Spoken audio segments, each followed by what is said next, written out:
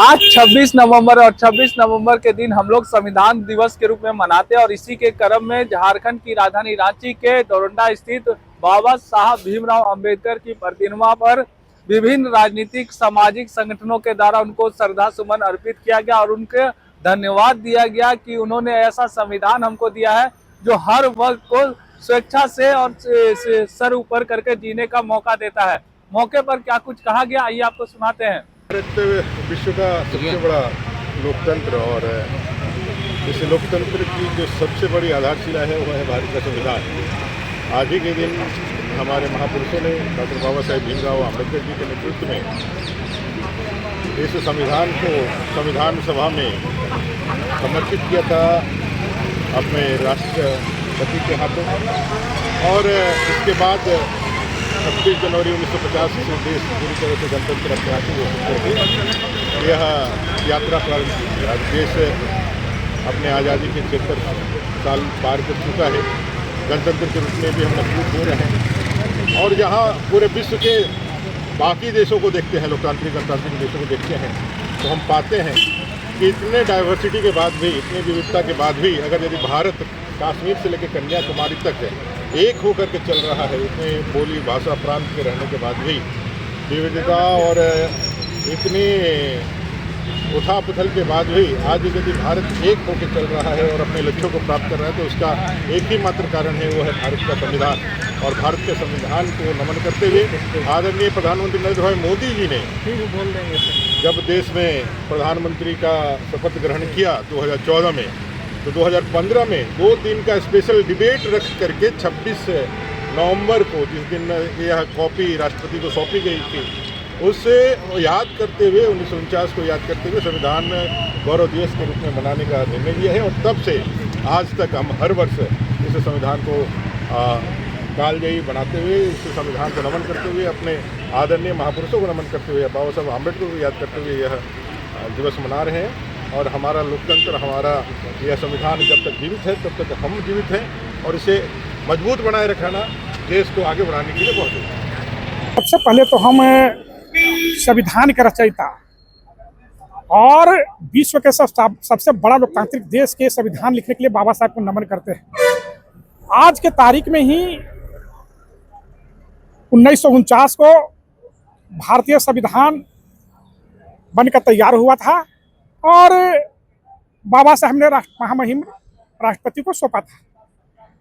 आज हम सब इस अवसर पर बाबा साहब सहित उस कमेटी में जितने लोग भी शामिल हैं सभी को श्रद्धांजलि अर्पित करते हैं, याद करते हैं, उन्हें नमन करते हैं कि आपने इस देश के संविधान जो दिया है, जिसके माध्यम से न्यायपालिका कार्यपालिका व्यवस्था का चल रहा है, हम सब अभिभूत हैं कि हमारे देश में एक ऐसे महान व्यक्तित्व का जन्म हुआ जिन्होंने भारत का सबसे बड़ा संविधान दिया। तो हम सब नमन करते हुए संविधान को बचाने का आज के दिन पर संकल्प लेते हैं कि जब तक इस देश में बहुसंख्यक समाज रहेगा, संविधान सुरक्षित रहेगा। जब हम लोग अल्पसंख्यक हो जाएंगे तो संविधान जो है असुरक्षित रहेगा। आज जो कांग्रेस कहती है कि संविधान खतरे में है, संविधान खतरे में नहीं है, क्योंकि उनका जब दुकानदारी खतरे में पड़ गया तो संविधान की याद कर रहे हैं। इसी संविधान के बदौलत देश में 56 वर्षों तक उन्होंने शासन किया और अब जब उनको सत्ता से जब बाहर हुए हैं तो संविधान खतरे की नारा दे रहे हैं। तो कहीं पर ऐसी कोई बात नहीं है। पूरी तरह से इस देश में संविधान सुरक्षित है और जब तक हम लोग एकजुट रहेंगे संविधान का कोई खतरा नहीं है। संविधान दिवस के अवसर पर देश के तमाम लोगों को आदिवासी मूलवासी जन अधिकार मंच की ओर से हार्दिक शुभकामनाएं। और आज जो संविधान दिवस मनाया जा रहा है विभिन्न पार्टियों के द्वारा, वैसे पार्टियां जिन्होंने संविधान को सबसे ज़्यादा अतिक्रमण करने का काम किया, भारतीय जनता पार्टी हो चाहे कांग्रेस हो, सभी ने बाबा साहब के मूल्यों को, उनके सिद्धांतों को, संविधान को सबसे ज़्यादा अतिक्रमण करने का काम किया है। फिर भी हम भारत के लोग जो दलित, आदिवासी, पिछड़े अल्पसंख्यक समाज के लोग हैं, संविधान को हम लोग अपनी आत्मा समझते हैं, संविधान को हम लोग सबसे बड़ा एक महाकाव्य समझते हैं। उस संविधान की रक्षा के लिए हमारे तमाम जो कमज़ोर वर्ग के लोग हैं संविधान की रक्षा करने के लिए कृत संकल्प हैं और संविधान को अंतिम पैदान तक हमारे जो दलित, आदिवासी, पिछड़े अल्पसंख्यक समाज के जो लोग हैं जिनको संविधान के माध्यम से हक और अधिकार दिया गया है, उनके अधिकारों को हम अंतिम पैदान तक पहुंचाने का कृत संकल्प लेते हैं और संविधान दिवस पर सभी देशवासियों को पुनः हार्दिक बधाई देते हैं। संविधान दिवस के शुभ अवसर पर सबके चैनल को सबसे अच्छा ये संदेश पहुंचाना चाहते हैं कि जितने भी राजनीतिक पार्टी से जुड़े हुए हैं संविधान के रक्षक बनते हैं और भक्षक का काम करते हैं, पदाधिकारी हो, मंत्री हो, एमएलए हो, एमपी हो, उसको ये रहना चाहिए कि संविधान के तहत ही हम मंत्री और एमपी एमएलए बने हैं। तो उसके ये में ना काम करते हुए वो भ्रष्टाचार को और को लेके बैठते हैं और काम करते हैं, धन का ये बनाते हैं। तो आम जनता का जितना भी ये होता है सुरक्षा का, उसका आप जिम्मेवार लेके वोट को जाते हैं, वोट लेते हैं, उसके बाद उसके हित के में कोई काम ही नहीं होगा। स्कूल का ही दशा देख लीजिए, शिक्षा का दशा देख लीजिए, स्वास्थ्य का दशा देख लीजिए, सब जगह पर वही भ्रष्टाचारी व्यापक रूप से ये है।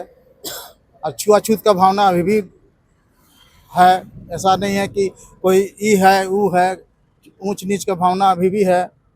तो इससे आगे बढ़ने से रुकता है समाज को। इसको आगे सोचने के लिए, अच्छा करने के लिए आगे बढ़ना होगा हर पार्टी के आदमी को, और जहां संविधान का छेड़छाड़ हो वहां सबको जगना पड़ेगा।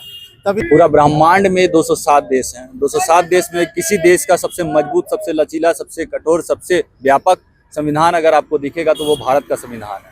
भारत का संविधान इतना महत्वपूर्ण क्यों है? क्योंकि इस संविधान को बनाने की प्रक्रिया ही 200-300 वर्षों तक रही, लेकिन बाबा साहब ने उसे एक रूप दिया। उस रूप को देने के लिए इस संविधान का प्रारूप जो 1773 से स्टार्ट होते हुए 1935 तक आया, कई अंश उसके सुधारात्मक करते हुए उसके बाद उसको पढ़ने के बाद 60 देशों के संविधान को पढ़ने के बाद 2 साल 11 महीने 18 दिन लगे, जिसमें आपको 65 करोड़ रुपया जैसा खर्च हुआ। उसके बावजूद हमारे पास एक ऐसा संविधान आया जो भविष्य के रूप में आपके साथ और हमारे साथ, ये जब तक ये भारत देश रहेगा तब तक ये संविधान रहेगा। क्योंकि संविधान की रक्षा करना हमारे और सारे भारतवासियों का कर्तव्य है। संविधान की रक्षा क्या है? संविधान की रक्षा ये है कि दलित, वंचित, अल्पसंख्यक, पीड़ित जितने भी लोग हैं, संविधान की अवहेलना करते हुए कोई भी अधिकारी उनके ऊपर ना आए। साथ ही साथ आप देखते होंगे हिंदू कोड बिल के लिए बाबा साहब के लिए आप इसलिए इम्पोर्टेंट है क्योंकि बाबा साहब को कहा जाता है दलितों की मसीहा है, लेकिन मैं ये कहता हूं कि बाबा साहब ने हर वर्ग के लिए काम किया। किस वर्ग के लिए? हिंदू कोड बिल के माध्यम से, दया भाग और मिताक्षरा के माध्यम से अपने भारत के जितने भी महिलाओं हैं, सभी महिलाओं को उनका हक मिला। आपके जितने भी कामगार हैं, चाहे वो फैक्ट्री में काम करते हो, चाहे कहीं और काम करते हो, उनका पेंशन का मुद्दा हो, चाहे EPF का मुद्दा हो, बाबा साहब ने उस पर योगदान दिया। बाबा साहब के द्वारा ही आज सारे लोग अपने हक और अधिकार की बात करते हैं। अब इसमें कुछ बात मैं ये भी बोलना चाहूंगा, कभी कभी कंट्रीब्यूशन ये होता है कि कई लोग कहते हैं जो संविधान विरोधी है, वो कहते हैं कि 10 साल के लिए संविधान में आरक्षण का प्रावधान दिया गया था। मैं इस बात का खंडन करता हूं, क्योंकि आरक्षण का प्रावधान राजनीतिक रूप से 10 साल के लिए दिया गया था। आपका मौलिक अधिकार में जो संविधान में आरक्षण दिया गया है, इसलिए मौलिक अधिकार में दिया गया है क्योंकि मौलिक अधिकार में आप किसी प्रकार का परिवर्तन नहीं कर सकते हैं। मौलिक अधिकार में किस तरह का आपको आरक्षण दिया गया? मौलिक अधिकार में आपको सामाजिक आरक्षण दिया गया है, मौलिक अधिकार में आपको शैक्षणिक आरक्षण दिया गया। ये तब तक रहेगा जब तक भारत रहेगा, क्योंकि भारत के जो ये वंचित वर्ग है, उस वंचित वर्गों को देखने वाला आज भी कोई नहीं है। इसलिए बाबा साहब दूरगामी परिणाम को देखते हुए उसे मौलिक अधिकार में रखे थे, और राजनीतिक अधिकार में जो आरक्षण दिया गया है उसे आर्टिकल 330-332 में दिया गया है। कारण बस एक ही है, क्योंकि राजनीतिक रूप से तो व्यक्ति आगे बढ़ सकता है, लेकिन जब तक सामाजिक रूप से किसी व्यक्ति को आप आगे नहीं बढ़ाइएगा, सामाजिक रूप से देश भावना के साथ आप उनको देखिएगा, उन्हें आप उसी छुआछूत की भावना से देखिएगा, तो इसलिए संविधान को आप संविधान से अलग आरक्षण को नहीं कर सकते हैं। संविधान दिवस के अवसर पर आप सभी को और आपके दर्शक को सभी को बहुत बहुत बधाई। देखिए, संविधान ने हम सब गरीब को एक ऐसा अधिकार दिया जो दबा कुचला आदमी भी प्राइम मिनिस्टर बन सकता है, मुख्यमंत्री बन सकता है, प्रधानमंत्री बन सकता है। और हम सबको संविधान के रक्षा के लिए काम करना है और संविधान का पालन ही करना है। संविधान के दिवस की इस अवसर पर समस्त झारखंड वासी को बहुत बहुत बधाई देते हैं।